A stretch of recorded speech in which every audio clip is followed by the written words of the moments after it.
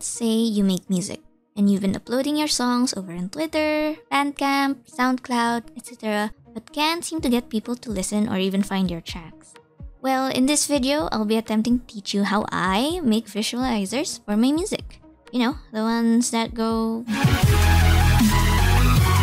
It's pretty simple and easy, and you can always switch it around depending on your preference. And once you get the hang of it, you'll be pumping out visualizers for everything. Some stuff you'll need are a track or tracks, an image, and a video editing software. For this one, I'll be using Adobe After Effects. Remember, it's not always about the tools, it's how we use it and utilize it.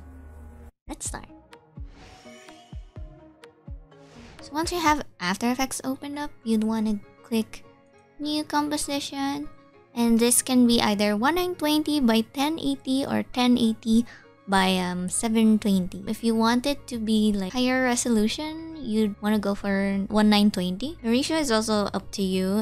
Sometimes I have it as square, but for this we'll have it like 16 by 9. Once we're here, we'd like to import our files. And once you have your files here, you'd want to click and drag them over at the timeline. So what we have here is an image. While editing this video, I forgot to mention that you'd like to make sure that the image you have permission to use it. For this one, I drew it and I'm using it as a sample for this tutorial. So yeah, just make sure you have the permission of your artist or it's copyright free. Yeah. If you'd like to resize it while keeping the aspect ratio, you'd like to click and hold shift while resizing it, and that will keep the aspect ratio.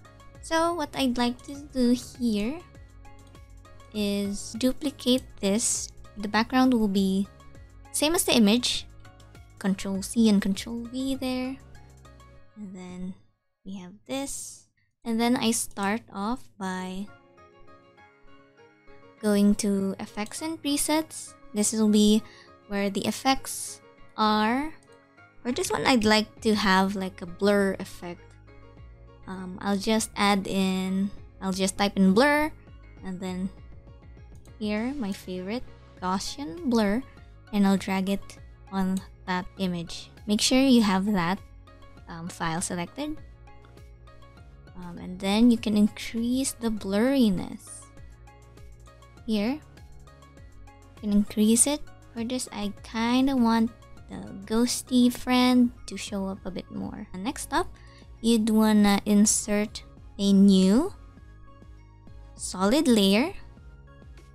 So that will give it like this solid layer. You can have it here. So back in the effects and presets, look for audio spectrum. Audio spectrum.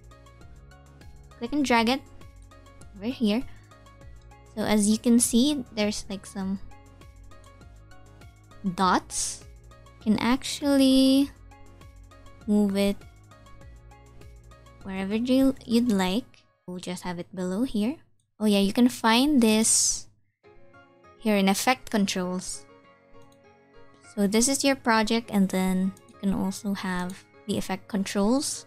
Here in the audio spectrum, you can select the audio layer.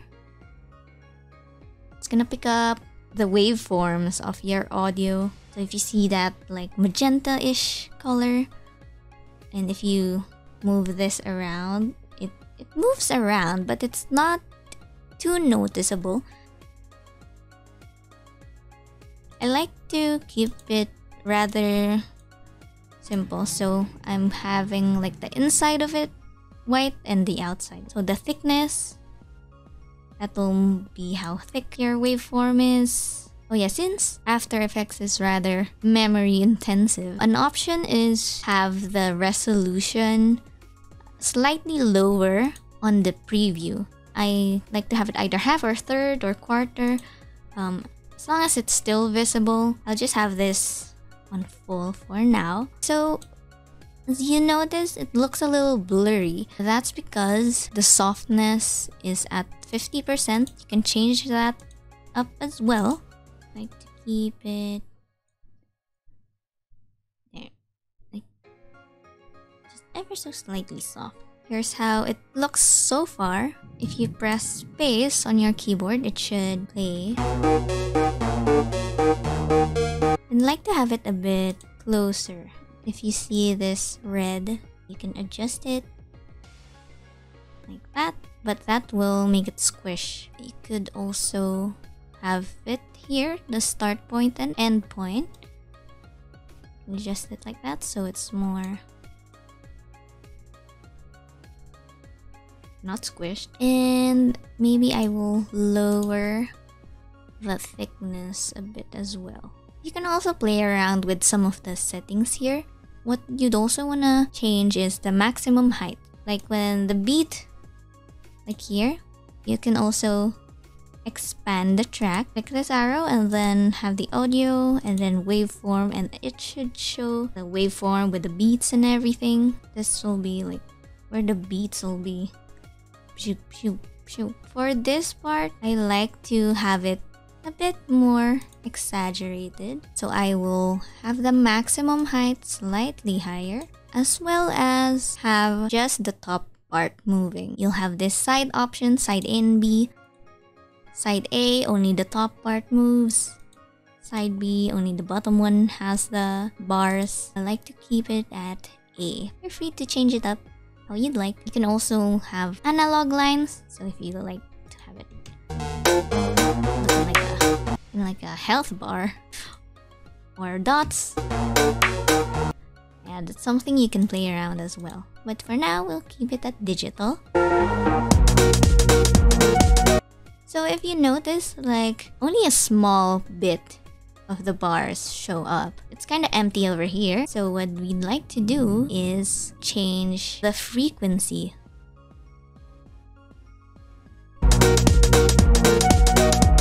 Yeah, like that. Moving it around changes how the waves form. Yeah, so with that, it moves around a whole lot more. I like how like around 400, 500 lux. You can add additional stuff, like maybe have a glow effect. So once you have that effect here, you can drag it to the effect controls and adjust this either through the radius or the intensity, like how intense you'd like it to be. Don't wanna add too much stuff, so I like to like a subtly glow. Once we're happy with that, we can add some text here. Just look for the letter T and click where you'd like the text to be. You can still move this around, then click this arrow to drag it around just about here. So I think we can add the glow here as well. It's slightly glowy. Another thing, we can add some particles. Right click, new solid. You can have this like it's a white color. Up here. You'd like it behind the audio spectrum and just sandwich with the background. In your effects and presets, go look for particle world. PC particle world. And here we have some particles.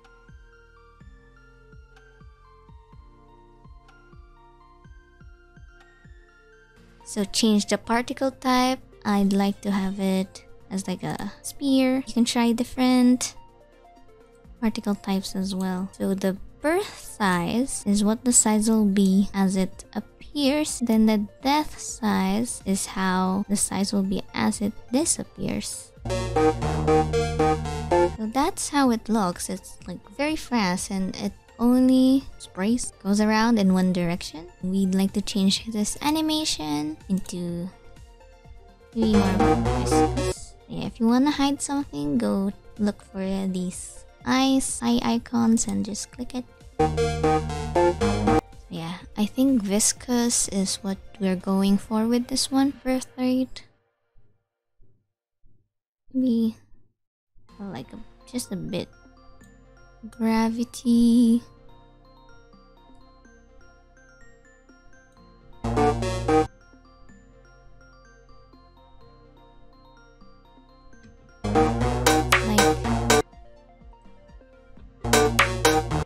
moving towards us.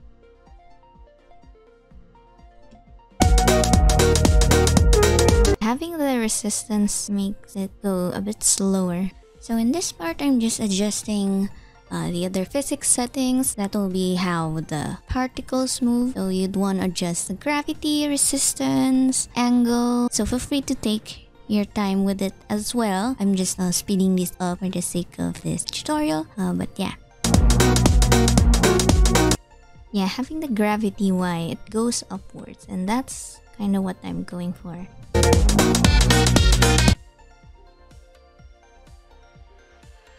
To make it look more like particles, can be like smaller and slightly faded. Yeah, and then we can add some more birth rate or size variation.